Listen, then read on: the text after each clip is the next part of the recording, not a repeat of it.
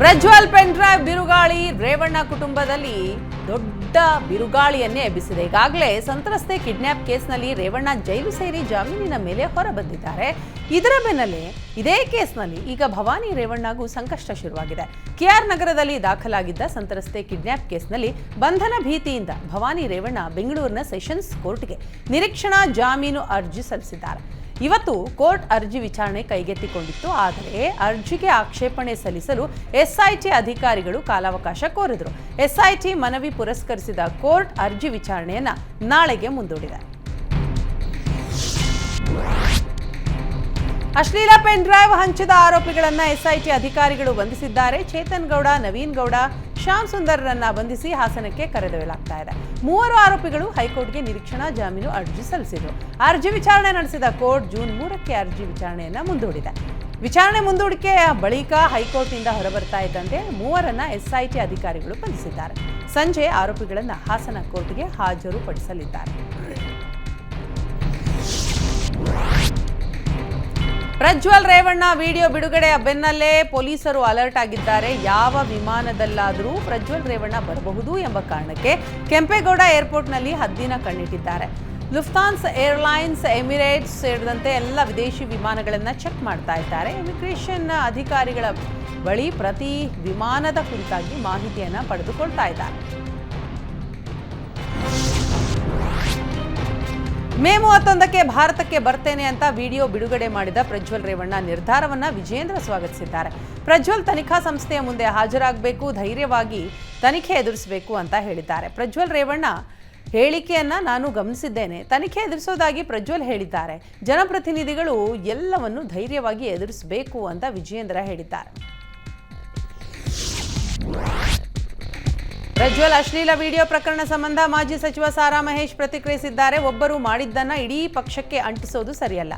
ಎಲ್ಲ ಪಕ್ಷದಲ್ಲೂ ಒಳ್ಳೆಯವರು ಕೆಟ್ಟವರು ಇರ್ತಾರೆ. ಪೆನ್ ಡ್ರೈವ್ ಪ್ರಕರಣವನ್ನ ಜನ ಸೂಕ್ಷ್ಮವಾಗಿ ನೋಡ್ತಾ ಇದ್ದಾರೆ. ರೇವಣ್ಣ ಬಂಧನ, ಎಸ್ಐಟಿ ಅಧಿಕಾರಿಗಳ ವರ್ತನೆ, ಯಾರ ಒತ್ತಡದಲ್ಲಿ ಏನೇನು ಮಾಡಿದ್ರು ಎಲ್ರಿಗೂ ಕೂಡ ಗೊತ್ತಿದೆ ಅಂತ ಸಾರಾ ಮಹೇಶ್ ಹೇಳಿದ್ದಾರೆ. ಪ್ರಜ್ವಲ್ ರೇವಣ್ಣಗೆ ದೇವೇಗೌಡರು ಖಡಕ್ ವಾರ್ನಿಂಗ್ ಕೊಟ್ಟಿದ್ರು. ಈ ನೆಲದಲ್ಲಿ ಕಾನೂನಿಗಿಂತ ಯಾರು ದೊಡ್ಡವರಲ್ಲ, ಸತ್ಯಾಸತ್ಯತೆ ಏನು ಅನ್ನೋದು ಗೊತ್ತಾಗತ್ತೆ ಅಂತ ಸಾರಾ ಮಹೇಶ್ ಹೇಳಿದ್ದಾರೆ.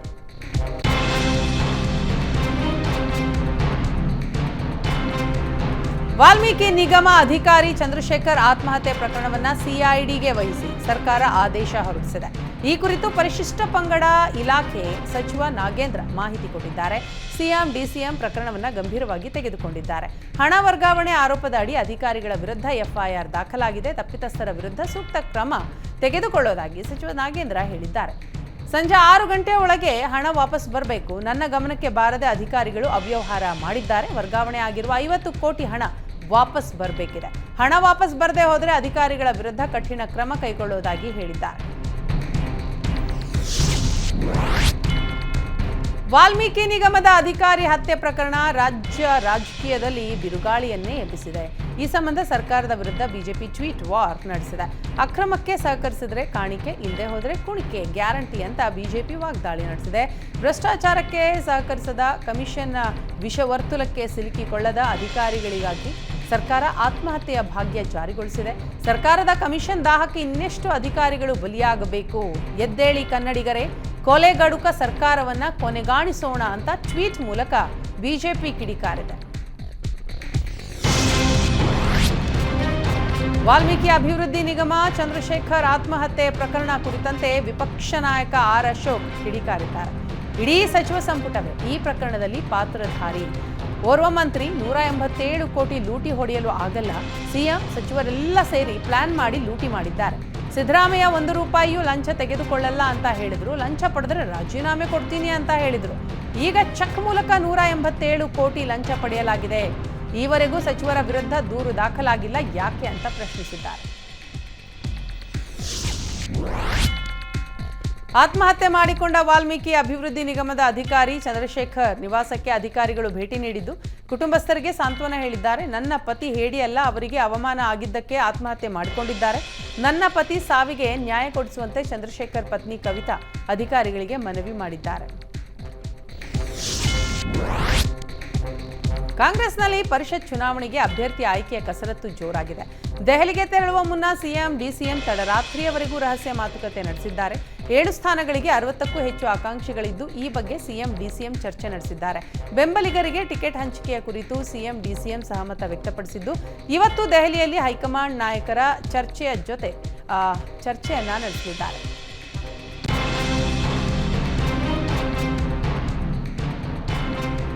ಸಿಎಂ ಡಿಸಿಎಂ ರಹಸ್ಯ ಸಭೆಯ ಬೆನ್ನಲ್ಲೇ ಅಸಮಾಧಾನ ಭುಗಿಲೆದ್ದಿದೆ. ಸಿಎಂ ಡಿಸಿಎಂ ನಡೆಗೆ ಗೃಹ ಸಚಿವ ಪರಮೇಶ್ವರ್ ಅಸಮಾಧಾನ ಹೊರಹಾಕಿದ್ದಾರೆ.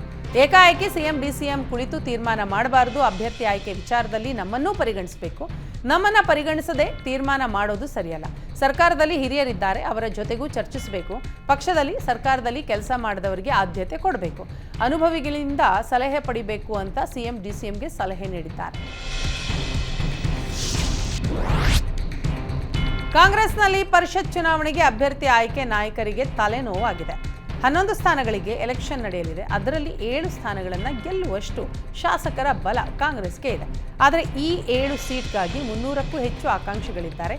ಈ ಕುರಿತು ಪ್ರತಿಕ್ರಿಯಿಸಿದ ಕೆಪಿಸಿಸಿ ಅಧ್ಯಕ್ಷ ಡಿಕೆ ಶಿವಕುಮಾರ್, ಎಲ್ಲಾ ವರ್ಗಕ್ಕೂ ಅವಕಾಶ ಕೊಡಲು ಆಗಲ್ಲ, ಎಲ್ಲರೂ ಪಕ್ಷಕ್ಕಾಗಿ ದುಡಿದಿದ್ದಾರೆ.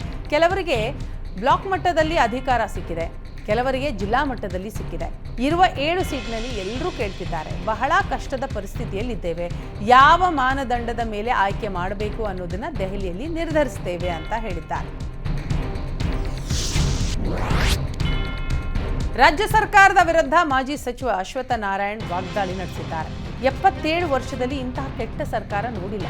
ಸಚಿವರು, ಶಾಸಕರು, ಗುತ್ತಿಗೆದಾರರ ರಕ್ತ ಹೀರ್ತಾ ಇದ್ದಾರೆ. ಕಸ ವಿಲೇವಾರಿ ಮಾಡ್ತಾ ಇಲ್ಲ, ರಸ್ತೆ ಗುಂಡಿ ಮುಚ್ಚೋದಿಲ್ಲ. ಇದು ಅತ್ಯಂತ ಭ್ರಷ್ಟ ಸರ್ಕಾರ ಅಂತ ಕಿಡಿಕಾರಿದ್ದಾರೆ. ವಿದ್ಯುತ್ ದರ, ನೀರಿನ ದರ ಹೆಚ್ಚಳ ಮಾಡಿದ್ದಾರೆ. ಸರ್ಕಾರ ರಾಜಕೀಯ ಭಾಷಣಕ್ಕೆ ಮಾತ್ರ ಸೀಮಿತ ಆಗಿದೆ. ಸಿಎಂ ಡಿಸಿಎಂ ಮಧ್ಯೆ ಗುದ್ದಾಟ ನಡೀತಾ ಇದೆ. ಡಿಕೆಶಿ ಗಟ್ಟಿಯಾಗ್ತಾರೆ ಎಂಬ ಕಾರಣಕ್ಕೆ ಬೆಂಗಳೂರಿಗೆ ಅನುದಾನ ನೀಡ್ತಿಲ್ಲ. ನಿಮಗೆ ಸಿಟ್ಟಿದ್ರೆ ನೇರವಾಗಿ ಡಿಕೆಶಿ ಮೇಲೆ ತೀರಿಸ್ಕೊಳ್ಳಿ, ಜನರಿಗೆ ತೊಂದರೆ ನೀಡಬೇಡಿ ಅಂತ ಸಿದ್ದರಾಮಯ್ಯ ವಿರುದ್ಧ ಆಕ್ರೋಶ ಹೊರಹಾಕಿದ್ದಾರೆ. ಸರ್ಕಾರದ ಆಡಳಿತ ವೈಖರಿ ಖಂಡಿಸಿ ಫ್ರೀಡಂ ಪಾರ್ಕ್ನಲ್ಲಿ ಬಿಜೆಪಿ ಜೆಡಿಎಸ್ ಜಂಟಿ ಹೋರಾಟ ನಡೆಸ್ತಾ ಇದೆ. ಬೆಂಗಳೂರು ಉತ್ತರ, ದಕ್ಷಿಣ, ಸೆಂಟ್ರಲ್ ಸೇರಿದಂತೆ 3 ಜಿಲ್ಲೆಯ ಕಾರ್ಯಕರ್ತರು ಭಾಗಿಯಾಗಿದ್ದು ಸರ್ಕಾರದ ವಿರುದ್ಧ ಧಿಕ್ಕಾರ ಕೂಗಿ ಆಕ್ರೋಶ ವ್ಯಕ್ತಪಡಿಸಿದ್ದಾರೆ. ಬ್ರ್ಯಾಂಡ್ ಬೆಂಗಳೂರು ಕೇವಲ ಘೋಷಣೆಯಾಗಿ ಮಾತ್ರ ಉಳಿದಿದೆ, ಇನ್ನೂ ಕಾರ್ಯರೂಪಕ್ಕೆ ಬಂದಿಲ್ಲ. ಬೆಂಗಳೂರು ರಸ್ತೆ ಗುಂಡಿಗಳನ್ನು ಇನ್ನೂ ಮುಚ್ಚಿಲ್ಲ, ಅಭಿವೃದ್ಧಿಗೆ ಕ್ಷೇತ್ರಕ್ಕೆ ಹಣ ನೀಡಿಲ್ಲ, ಶಾಸಕರಿಗೆ ಅನುದಾನ ನೀಡಿಲ್ಲ ಅಂತ ಆಕ್ರೋಶ ವ್ಯಕ್ತಪಡಿಸಿದ್ದಾರೆ. ಬಿಜೆಪಿಯಿಂದ ಉಚ್ಚಾಟನೆಗೊಂಡಿರುವ ಮಾಜಿ ಶಾಸಕ ರಘುಪತಿ ಭಟ್ಗೆ ಹಿಜಾಬ್ ಹೋರಾಟಗಾರ್ತಿ ಆಲಿಯಾ ಅಸಾದಿ ಟಾಂಗ್ ಕೊಟ್ಟಿದ್ದಾರೆ. ದೇವನು ತಾನಿಚ್ಛಿಸಿದ್ದನ್ನ ಮಾಡಿಯೇ ತೀರುವನು ಅಂತ ಹೇಳಿದ್ದು ಟ್ವೀಟ್ ಮಾಡಿದ್ದು. ವಾರ್ಷಿಕ ಪರೀಕ್ಷೆಗೆ ಇನ್ನೂ 60 ದಿನ ಇತ್ತು. ಹಿಜಾಬ್ ಧರಿಸಿದ ಏಕಮಾತ್ರ ಕಾರಣಕ್ಕೆ ನನ್ನನ್ನ ಕಾಲೇಜಿನಿಂದ ಹೊರದಬ್ಬಿದ್ದೀರಿ. ನಿಮ್ಮನ್ನ ಪಕ್ಷಕ್ಕೆ ದೊಡ್ಡ ಸಾಧನೆ ಮಾಡಿ ತೋರಿಸಿದ್ದೀರಲ್ವೇ, ಇವತ್ತು ಅದೇ ಪಕ್ಷ ನಿಮ್ಮನ್ನ ಹೊರದಬ್ಬಿದೆ. ಆ ಕ್ಷಣವನ್ನ ನಾನು ಉಡುಪಿಯಲ್ಲೇ ನೋಡುವಂತಾಯಿತು. ಇಂದು ನಾನು ಲಾ ವಿದ್ಯಾರ್ಥಿ, ನೀವು ಉಚ್ಚಾಟಿತ ವ್ಯಕ್ತಿ ಅಂತ ತಿರುಗೇಟು ನೀಡಿದ್ದಾರೆ.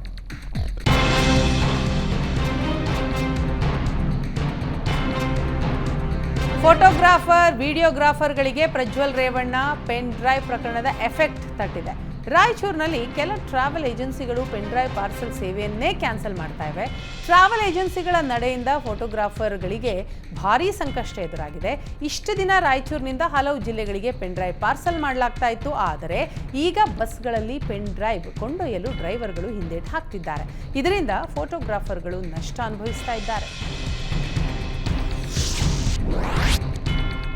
ದೇವರಾಜ್ ಅರಸು ಟ್ರಕ್ ಟರ್ಮಿನಲ್ ಅಕ್ರಮ ಪ್ರಕರಣ ಸಂಬಂಧ ಮಾಜಿ ಎಂಡಿ ಶಂಕರಪ್ಪ ಬಂಧನ ಆಗಿದೆ. ಸಿಐಡಿ ಅಧಿಕಾರಿಗಳು 47 ಕೋಟಿ 10 ಲಕ್ಷ ಅಕ್ರಮ ಪ್ರಕರಣದ ತನಿಖೆಯನ್ನು ಚುರುಕುಗೊಳಿಸಿದ್ದಾರೆ. ಹಗರಣದ ಸಂಪೂರ್ಣ ವರದಿ ಮಾಡಿದ್ದು ಕವರ್ ಸ್ಟೋರಿ ತಂಡ. 2021ರಿಂದ 2023ರ ಅವಧಿಯಲ್ಲಿ ನಡೆದ ಅಕ್ರಮದ ಬಗ್ಗೆ ಹಾಲಿ ಎಂಡಿ ಶಿವಪ್ರಕಾಶ್ ವಿಲ್ಸನ್ ಗಾರ್ಡನ್ ಠಾಣೆಗೆ ದೂರು ನೀಡಿದರು. 23ರ ಸೆಪ್ಟೆಂಬರ್ 23ರಂದು ಎಫ್ಐಆರ್ ದಾಖಲಿಸಲಾಗಿತ್ತು. ಬಳಿಕ ಪ್ರಕರಣವನ್ನು ಸಿಐಡಿಗೆ ವಹಿಸಲಾಗಿತ್ತು. ತನಿಖೆ ಚುರುಕುಗೊಳಿಸಿದ ಸಿಐಡಿ ಮಾಜಿ ಎಂಡಿಯನ್ನ ಬಂಧಿಸಿದ್ದಾರೆ. ಇದು Suvarna news cover story big impact. Channagiri police ಠಾಣೆ ಮೇಲೆ ಕಲ್ಲು ತೂರಾಟ ಪ್ರಕರಣ ಭಾರೀ ಸದ್ದು ಮಾಡ್ತಾ ಇದೆ. ಬಂಧನ ಭೀತಿಯಿಂದ ಯುವಕರು ಗ್ರಾಮ ತೊರೆಯುತ್ತಿದ್ದಾರೆ. ಆದಿಲ್ ಸಾವಿನ ಬಳಿಕ ಹೊನ್ನೆಬಾಗಿ ಗ್ರಾಮದಿಂದ ಸಾಕಷ್ಟು ಯುವಕರು ಕಾಲ್ಕಿತ್ತಿದ್ದಾರೆ. ಕಲ್ಲು ತೂರಾಟ ಪ್ರಕರಣ ಸಂಬಂಧ ಗ್ರಾಮದ ಜನರನ್ನು ವಶಕ್ಕೆ ಪಡೆದು ಪೊಲೀಸರು ವಿಚಾರಣೆ ನಡೆಸುತ್ತಿದ್ದಾರೆ. ತಮ್ಮನ್ನೂ ಬಂಧಿಸುತ್ತಾರೆ ಅಂತ ಮನೆಗಳಿಗೆ ಬೀಗ ಹಾಕಿ ಊರು ಬಿಟ್ಟು ಹೋಗಿದ್ದು ಹೊನ್ನೆಬಾಗಿ ಗ್ರಾಮ ಬಹುತೇಕ ಈಗ ಖಾಲಿಯಾಗಿದೆ. ಆಟಿಕೆ ವಸ್ತುಗಳ ಕಾರ್ಖಾನೆಗೆ ಭೂಮಿ ನೀಡಲು ರೈತರಿಂದ ಭಾರಿ ವಿರೋಧ ವ್ಯಕ್ತವಾಗಿದೆ. ಏಕಸ್ ಎಸ್ಇಝೆಡ್ ಪ್ರೈವೇಟ್ ಲಿಮಿಟೆಡ್ ಕಂಪನಿ ಈಗಾಗಲೇ 400ಕ್ಕೂ ಅಧಿಕ ಎಕರೆ ಪ್ರದೇಶದಲ್ಲಿ ಕಾರ್ಖಾನೆ ನಿರ್ಮಿಸಿದೆ. ಈಗ ಮತ್ತೆ 57 ಎಕರೆ ಭೂಮಿ ಸ್ವಾಧೀನಕ್ಕೆ ಮುಂದಾಗಿದೆ. ಈ ಹಿನ್ನೆಲೆಯಲ್ಲಿ ಕೆಐಎಡಿಬಿ ಮೂಲಕ ರೈತರಿಗೆ ನೋಟಿಸ್ ನೀಡಿದ್ದು ಭೂಮಿ ನೀಡಲು ರೈತರು ವಿರೋಧ ವ್ಯಕ್ತಪಡಿಸಿದ್ದಾರೆ. 5 ವರ್ಷಗಳ ಹಿಂದೆ ಆಟಿಕೆ ಕಾರ್ಖಾನೆ ನಿರ್ಮಾಣ ಆಗಿದೆ. ಆದರೆ ಈವರೆಗೂ ಪೂರ್ಣ ಪ್ರಮಾಣದ ಆಟಿಕೆಗಳನ್ನು ಉತ್ಪಾದನೆ ಮಾಡಿಲ್ಲ. ಅಲ್ಲದೆ ಸ್ಥಳೀಯರಿಗೆ ಉದ್ಯೋಗವನ್ನೂ ಕೂಡ ಕೊಟ್ಟಿಲ್ಲ. ಉತ್ಪಾದನೆ ಆರಂಭಿಸದೆ ಮತ್ತೆ ಭೂಸ್ವಾಧೀನಕ್ಕೆ ಮುಂದಾದ ಕಾರ್ಖಾನೆ ಮಾಲೀಕರ ನಡೆಗೆ ವಿರೋಧ ವ್ಯಕ್ತವಾಗಿದೆ. ಯಾವುದೇ ಕಾರಣಕ್ಕೂ ಭೂಮಿ ನೀಡಲ್ಲ, ಭೂಸ್ವಾಧೀನಕ್ಕೆ ಮುಂದಾದರೆ ಹೋರಾಟ ಮಾಡೋದಾಗಿ ಎಚ್ಚರಿಕೆ ನೀಡಿದ್ದಾರೆ. ಕಾರ್ಖಾನೆ ರಾಸಾಯನಿಕ ಯುಕ್ತ ನೀರಿಗೆ ಬೇಸತ್ತ ರೈತರು ಕಾರ್ಖಾನೆ ಮಾಲೀಕರಿಗೆ ಎಚ್ಚರಿಕೆ ಕೊಟ್ಟಿದ್ದಾರೆ. ವರುಣ ಕ್ಷೇತ್ರದ ತಾಯೂರು ಗ್ರಾಮದಲ್ಲಿ ಈ ಘಟನೆ ನಡೆದಿದೆ.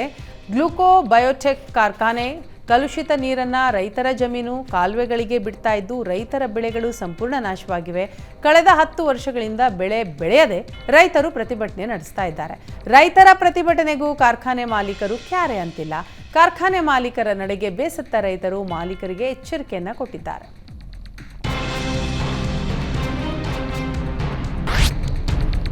ಶಹಾಪುರದ 3 ಗ್ರಾಮದ ಜನ ನೀರು ಮತ್ತು ವಿದ್ಯುತ್ಗಾಗಿ ಪರದಾಡ್ತಾ ಇದ್ದಾರೆ.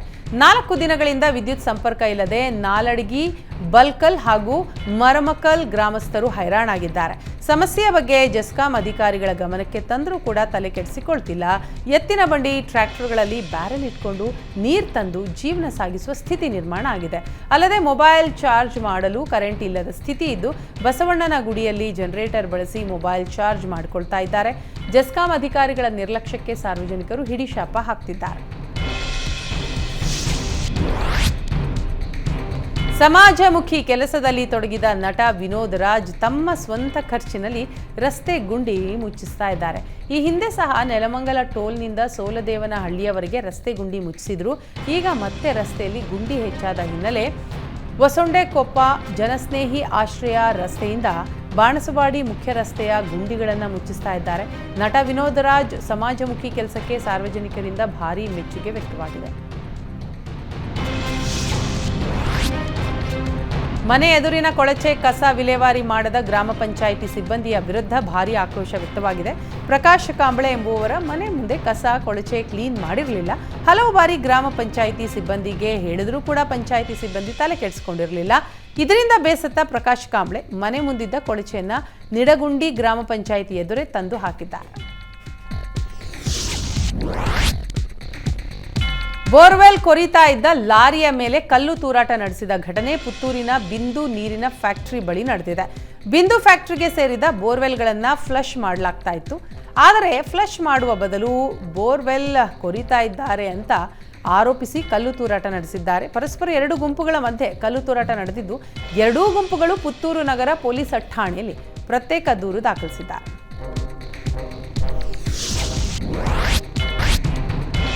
ಪತಿಯೇ ತನ್ನ ಪತ್ನಿಯನ್ನ ಭೀಕರವಾಗಿ ಹತ್ಯೆ ಮಾಡಿದ ಘಟನೆ ಕುಣಿಗಲ್ ತಾಲೂಕಿನ ಹೊಸಪೇಟೆಯಲ್ಲಿ ನಡೆದಿದೆ.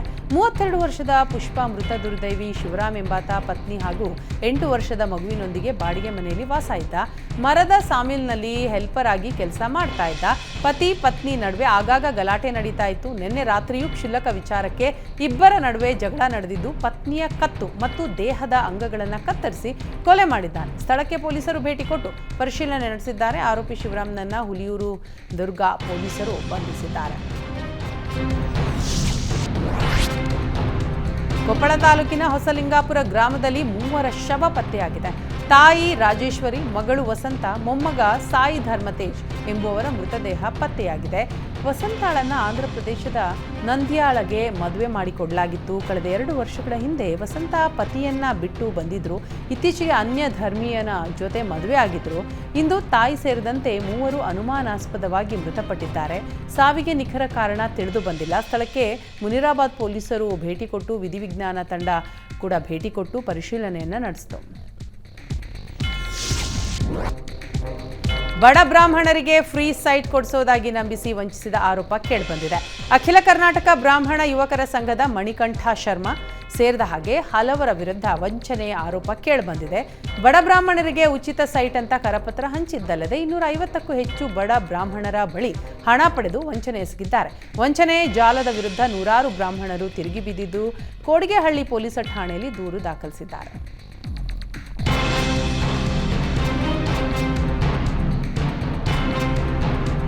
ಚಾಲಕನ ನಿಯಂತ್ರಣ ತಪ್ಪಿ ಲಾರಿಯೊಂದು ಹಳ್ಳಕ್ಕೆ ಬಿದ್ದ ಘಟನೆ ಹುಣಸೂರು ರಸ್ತೆಯ ಬಿಳಿಕೆರೆ ಜಂಕ್ಷನ್ ಬಳಿ ನಡೆದಿದೆ. ಅದೃಷ್ಟವಶಾತ್ ಚಾಲಕ ಪ್ರಾಣಾಪಾಯದಿಂದ ಪಾರಾಗಿದ್ದಾರೆ. ಆಂಧ್ರದಿಂದ ಮಂಗಳೂರಿಗೆ ಟೈಲ್ಸ್ ಸಾಗಿಸಲಾಗ್ತಾ ಇತ್ತು. ಈ ವೇಳೆ ನಿಯಂತ್ರಣ ತಪ್ಪಿ ಲಾರಿ ಹಳ್ಳಕ್ಕೆ ಉರುಳಿದೆ. ಸ್ಥಳಕ್ಕೆ ಹುಣಸೂರು ಗ್ರಾಮಾಂತರ ಪೊಲೀಸರು ಭೇಟಿ ಕೊಟ್ಟು ಪರಿಶೀಲನೆ ನಡೆಸಿದ್ದಾರೆ. ಮಹಾರಾಷ್ಟ್ರ ಬ್ಯಾರೇಜ್ ನಿರ್ವಹಣೆಗಾಗಿ ಕರ್ನಾಟಕಕ್ಕೆ ನೀರು ಬಿಡ್ತಾ ಇದೆ. ಓವರ್ಫ್ಲೋ ಆಗಿ ಬ್ಯಾರೇಜ್ ಬಂದ್ ಆಗಬಾರದು ಎಂಬ ಕಾರಣಕ್ಕೆ ಮಹಾರಾಷ್ಟ್ರ ಕರ್ನಾಟಕಕ್ಕೆ ನೀರು ಬಿಡ್ತಾ ಇದೆ. ರಾಜಾಪುರ ಬ್ಯಾರೇಜ್ನ 4 ಗೇಟ್ ಓಪನ್ ಮಾಡಲಾಗಿದೆ. ಮಹಾರಾಷ್ಟ್ರದವರು ನೀರು ಬಿಟ್ಟು ಪ್ರಚಾರ ಪಡಿತಾರೆ ಅಂತ ಬ್ಯಾರೇಜ್ ಮೇಲೆ ನಿಂತು ರೈತನೋರ್ವ ವಿಡಿಯೋ ಮಾಡಿದ್ದಾನೆ. ನೀರಿನ ವಿಚಾರದಲ್ಲಿ ರಾಜಕೀಯ ವ್ಯಕ್ತಿಗಳು ತಮ್ಮ ಬೇಳೆ ಬೇಯಿಸಿಕೊಳ್ತಾರೆ. ನಾವೇ ನೀರು ಬಿಡ್ತಾ ಇದ್ದೇವೆ ಅಂತ ಜನರ ದಾರಿ ತಪ್ಪಿಸ್ತಾರೆ. ಅದನ್ನು ನಂಬಬೇಡಿ ಅಂತ ರೈತ ಸಂತೋಷ್ ಕಾಮತ್ ವಿಡಿಯೋ ಮಾಡಿ ಹರಿಬಿಟ್ಟಿದ್ದಾರೆ. ಯಾದಗಿರಿಯಲ್ಲಿ ಸುರಿತಾ ಇರುವ ಭಾರೀ ಮಳೆಗೆ ರೈತರು ಕಂಗಾಲಾಗಿ ಹೋಗಿದ್ದಾರೆ. ಬಿರುಗಾಳಿ ಸಹಿತ ಭಾರೀ ಮಳೆಗೆ ಬೈಚಬಾಳ ಗ್ರಾಮದಲ್ಲಿ ಲಿಂಬೆ ಹಾಗೂ ಪೇರಲ ಬೆಳೆ ನಾಶವಾಗಿದೆ. 5 ಎಕರೆಯಲ್ಲಿ ಬೆಳೆದಿದ್ದ ಬೆಳೆ ನಾಶ ಆಗಿದ್ದು ರೈತ ಬಸವರಾಜ್ ಕಂಗಾಲಾಗಿದ್ದಾರೆ. ಸೂಕ್ತ ಪರಿಹಾರ ಕೊಡುವಂತೆ ರೈತರು ಆಗ್ರಹಿಸಿದ್ದಾರೆ. ಬಸವರಾಜ್ ಸರ್ಕಾರಕ್ಕೆ ಮನವಿಯನ್ನ ಮಾಡಿಕೊಂಡಿದ್ದಾರೆ.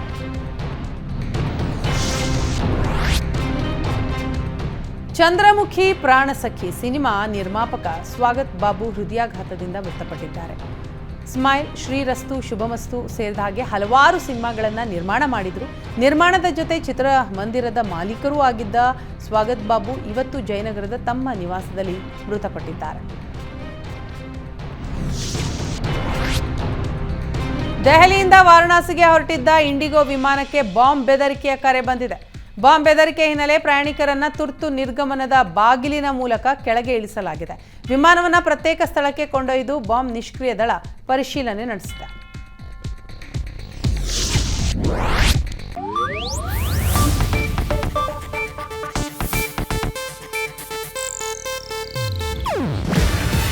ಇದು ಏಷ್ಯಾನೆಟ್ ನ್ಯೂಸ್ ನೆಟ್ವರ್ಕ್ ಪ್ರಸ್ತುತಿ. ನೀವು ನೋಡ್ತಿದ್ದೀರಾ ಏಷ್ಯಾನೆಟ್ ಸುವರ್ಣ ನ್ಯೂಸ್.